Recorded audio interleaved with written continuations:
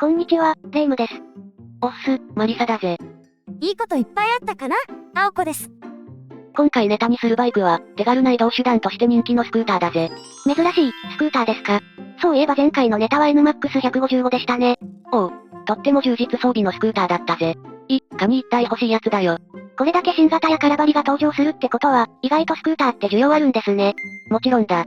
そんなに、国内の二輪車販売台数だけど、台数だけで見れば原付一種と二種を合わすと全体の 75% を占めている。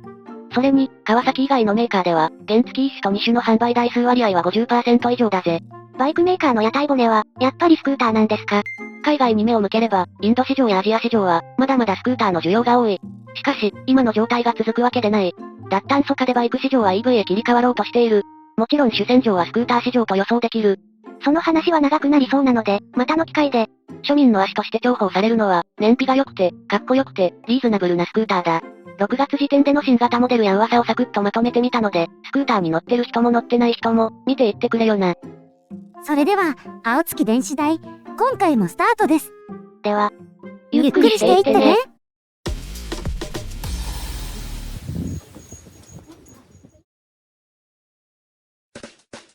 今回の話の流れはこんな感じだ。1、ホンダ、王者 PCX がカラーチェンジ。2、鈴木、バーグマン150だと。3、ヤマハ、X フォースが新登場。4、ホンダ、ADV160 登場。いやに150じゃないの？ 5、ヤマハ T-MAX と、ホンダ XADV のガチ対決。です。これ以外にも多くのモデルが仕様変更してるけど、今回はこの6車種を解説します。じゃ、はじめご。1、ホンダ、王者 PCX がカラーチェンジ。ホンダのドル箱、PCX と PCX160 のカラーバリエーションが変更されたぜ。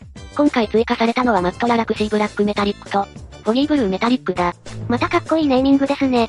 パールジャスミンホワイトポセイドンブラックメタリックマットディムグレーメタリックは継続だな。全体的に落ち着いたカラーになりましたね。もう、赤とか黄色とかないんですね。PCX にそんなカラーは必要ない。ストライダーか？で、カラバリよりも、販売台数がすごいことになってますよね。PCX160 が8000台、PCX125 は、なんと21700台。これがスクーターの実力ですか。ちなみに売上金額を計算してみたんだけど、ホーク11は1200台127万円で、約 15.2 億円。PCX は125と160合わせて、なんと約100億円。凄まじい金額だが、でも、今回は仕様変更なしでカラバリ追加のみ。めっちゃ強気。じゃ、PCX160 のスペックをサクッと教えてください。最大出力は 15.8 馬力 8500rpm、最高トルクは 1.5kgF6500rpm。燃費は WMTC モードで 45.2kg、航続距離は 366.1km だな。アイドリングストップ、トラクションコントロール、スマートキー装備だ。PCX160 があれば、気軽にどこでも行けますね。小型スクーターだと、気軽な服装でも乗れるからな。でも事故のことを考えると、ジャケットと胸部プロテクターは欲しいところだ。お値段は？ 2021年モデルの価格据え置きで、40万7000円だ。価格据え置き。私の好きな言葉です。あと少し足せば、ダックスやモンキー、スーパーカブ C125 が買える価格だな。趣味性か利便性か。あなたならどっちを選ぶかな？しかし、こんな王者 PCX に立ち向かわんとする、都会の男がいる。ほう、それ一体どこの男ですか？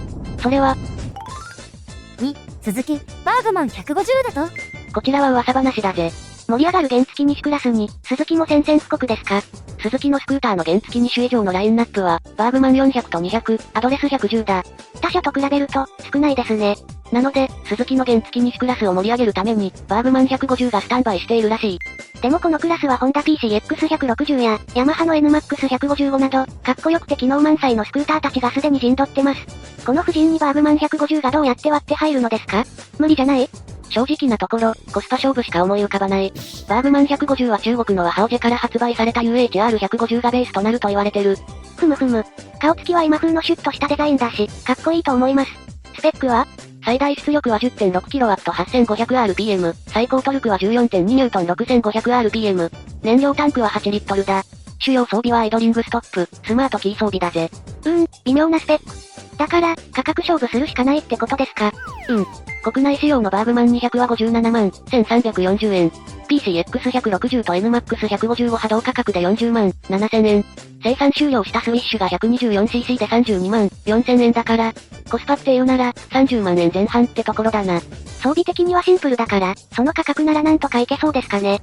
主要パーツは国内サプライヤー製だから、品質は問題なさそうだ。それって褒めてるの？ああ、バーグマンが鈴木版 PCX となるか、乞うご期待だ。3、ヤマハ X フォース新登場。こちらは、台湾ヤマハがノリノリでデザインした、と思われるスクーターだ。スポーティーで斬新なスタイリング、ホンダの対 ADV150 用スクーターですね。フォースといえば、スター4。最近のスクーターって、こんな感じが流行りなの？そうだぜ。デザインもごつくて機能満載だ。ホンダも似たようなスクーターをインドネシアで販売してる。勝手なイメージですが、ヤマハのデザインは他社のスクーターより未来感があります。X フォースは環境面も抜かりなし。令和2年排ガス規制にも対応済みだ。エンジンの最高出力は15馬力 8000rpm、最大トルクは 1.4kgF6500rpm だ。燃費は WMTC モードで 40.9kg、航続距離は 249.5km。価格は39万6000円だ。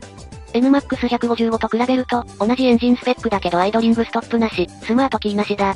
その分若干お安くなってる。NMAX と X フォースと PCX、スペックも価格帯も似てるから、どれを選んだら良いのか迷いますね。見た目だな。NMAX や PCX はビクスク系、X フォースはステップスルーなスクーター系だ。注意点として、X フォースはシート高が 815mm と高い。先代のマジェステースもシート高は 795mm で、スクーターとしては高い方でしたね。要注意やで。X フォースの登場で、ヤマハのスクーターからマジェステの名前が消えますね。マジェといえば豪華ビクスク系の代名詞だったので、社名が消えるのはちょっと寂しいな。ホンダは復刻シリーズで盛り上がってるけど、スクーター系復刻でフュージョンあたりを降臨させてくれたら、ヤマハも追随するかもね。いや、しないだろ。4、ホンダ ADV160 登場。いやに150じゃないの？原付2種ではヤマハが2車種の国内発表してますが、ホンダは何もないのかな？噂ならあるぜ。ADV160 と250だ。まずは ADV160 の噂から。国内で現状販売されているのは ADV150 だ。現行モデルの ADV150 はエンジンは、1世代前の ESP って名前の仕様なんだけど、しかし、先に考察した PCX160 やバリオ160のエンジンは、ESP プラスに進化している。そうなんだ。なので、ADV150 もエンジン変更で 160cc 化されるんじゃないって噂だ。ちなみに、PCX160 も令和2年排ガス規制に似たようだが、ESP プラスは規定対応を見越して設定されたエンジンらしく、認証申請待ちらしいぜ。ホンダのスクーターで排ガス規制対応している車種ってあるの？リード125が ESP エンジン搭載して最新規制に対応してるぜ。お値段は8800円アップの32万4500円だ。嬉しい価格です。ホンダの海外150クラススクーターは国内導入されないことが多いけど、ADV150 は国内仕様があるし、シリーズ化されてることから、おそらく国内仕様が発表されると推測する。エンジン以外にもどんな変更が加えられるか、楽しみです。お次は同じく ADV シリーズ ADV250 だ。エンジンは ESP プラスでユーロ5に対応済み欧州 ADV350 がベースと噂だ。排気量は 343.9cc の SOHC 単気筒。最高出力は 21.5kW7500rpm。最大トルクは 31.5N5250rpm。燃料タンク容量は 11.7 リットルで。航続距離参考値は 343.9km だ。主要装備は？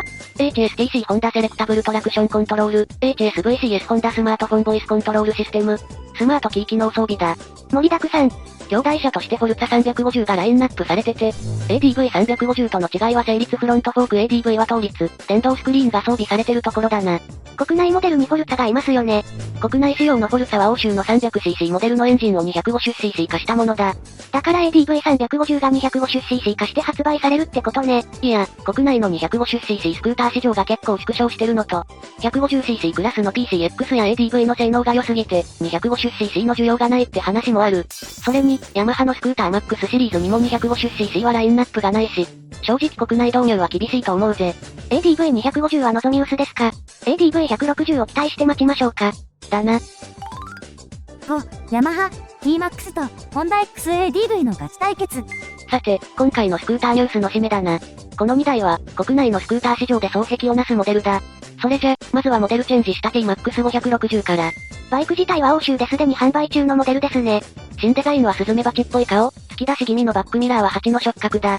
まさにヤマハ版ホーネット。丸みを帯びた感じが、少しレトロ風を醸し出してていい感じです。突き出たフロントも、2000年代の YZF-R1 みたいで好みだぜ。主要装備は？電子スロットル、倒立サスペンション、スマートキー、電動タンクキャップ、スマホ接続を装備している。で、上位モデルのテックマックスは、さらに電動スクリーン、プッシュスタート、グリップウォーマー、ヒートシーター、そしてクルーズコントロールまで装備しているぜ。装備は文句なしですね。あと T-MAX は、走りのヤマハらしい、珍しいエンジンを搭載しているぜ。ロータリーかな？水平対向3気筒エンジンだな。スペック表には直列2気筒って書いてありますけど、2気筒360度クランク機振動を打ち消すために、往復式ピストンバランサーを装備している。こいつが第3のピストン。ってわけだ。詳しくはナンバー123の動画で考察しているのでご覧くださいな。エンジンスペックは、561cc の直列2気筒 DOHC で、最大出力48馬力 7500rpm、最高トルク 5.7kgF5250rpm。WMTC モード値で 22.1kg、航続距離は 331.5km で、ハイオク仕様だぜ。お値段は、スタンダードが136万4000円、テックマックスは155万1000円だ。装備で考えれば、テックマックス一択ですね。これに乗れば、さぞ快適なんだろうな。あ、最近高速使って移動することが多いから、快適移動を約束してくれるスクーターに興味が出てきたのかな？少しだけな。お次はホンダの XADV だ。マンネリ化してたスクーター界に、新しいデザインを持ち込んだモデルだな。それまでのスクーターは直線基調の柔らかいデザインが多かったが、直線的なデザインと複雑な面の組み合わせた外観に、パンチアウトされたユーザーも多いと思う。ノックアウトね。で、今回のテコ入れでは、カラーバリエーションが変更されたぜ。新色はこちら。グランプリレッド、新色。マットバリスティックブラックメタリック、新色。パールディップマットグレー。やっぱり、ホンダのバイクには、グランプリレッドが似合いますね。差し色が入ってないのが残念ですけど。欧州モデルにはハーベストベージュっておしゃれなカラーもある。ヤマハは絶対に採用しなさそうな色ですね。エンジンは 745cc の直列2気筒 OHC。MT だけど DCT 搭載なのでクラッチがなく、オートマ感覚で乗れるぜ。最高出力は58馬力 6750rpm。最大トルクは 7.0kgF4750rpm。WMTC モードは 27.7kg。航続距離は 360.1km だ。エンジンは NC 系なのでガソリンはレギュラー仕様だ。HSTC トラクションコントロール、HSVCS スマホ音声操作、スマートキー、グリップヒーター、DRL オートライト、オートインカーキャンセラーに ETC2.0 搭載だぜ。価格は据え置きの132万円ですね。価格据え置き、私の好む言葉です。先に紹介した T-MAX560 テックマックスに比べたら、ちょっと快適装備が少ないけどな。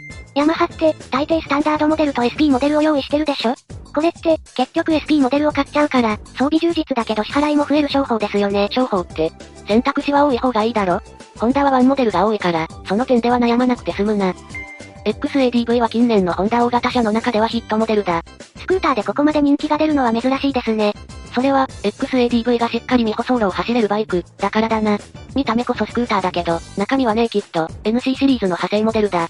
スクーターの場合、普通ならリアタイヤ横に設置されるエアプリが、フロントフォーク後ろに設置されている。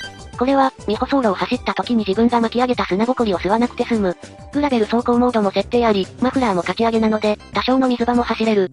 こうした、今までにないジャンルを発売できるのが、業界トップ、ホンダの余裕ですね。ビッグスクーターが気になるライダーは、この2台を検討候補にぜひ入れてほしい。BMW のスクーターとは比較しないの？ C400GT や C400X は、意外と安くてかっこいいので魅力的だ。ぜひ今度取り上げたいと思う。というわけで、新型スクーター情報をサクッとお送りしたぜ。スクーターに興味がない人も、今乗っていない人も、知らない世界に触れてみてはいかがでしょうか？だな。これで、今回のお話は以上になります。お次は、青子のバイクニュースのコーナーだぜ。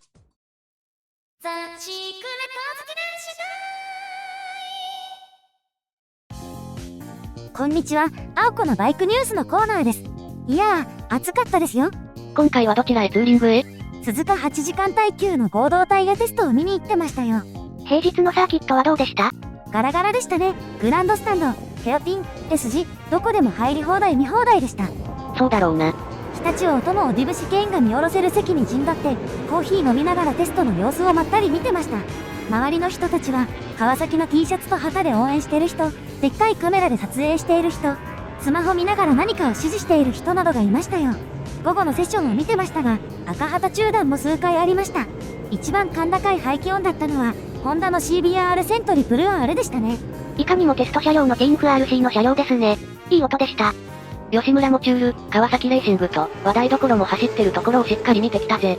トップタイムは2分5秒737でチーム HRC、2番手が吉村 SERT モチュールでした。ヤマハは？ヤマハ勢トップはチームこだまで2分8秒442ですね。チケットは6月19日日曜日10時からです。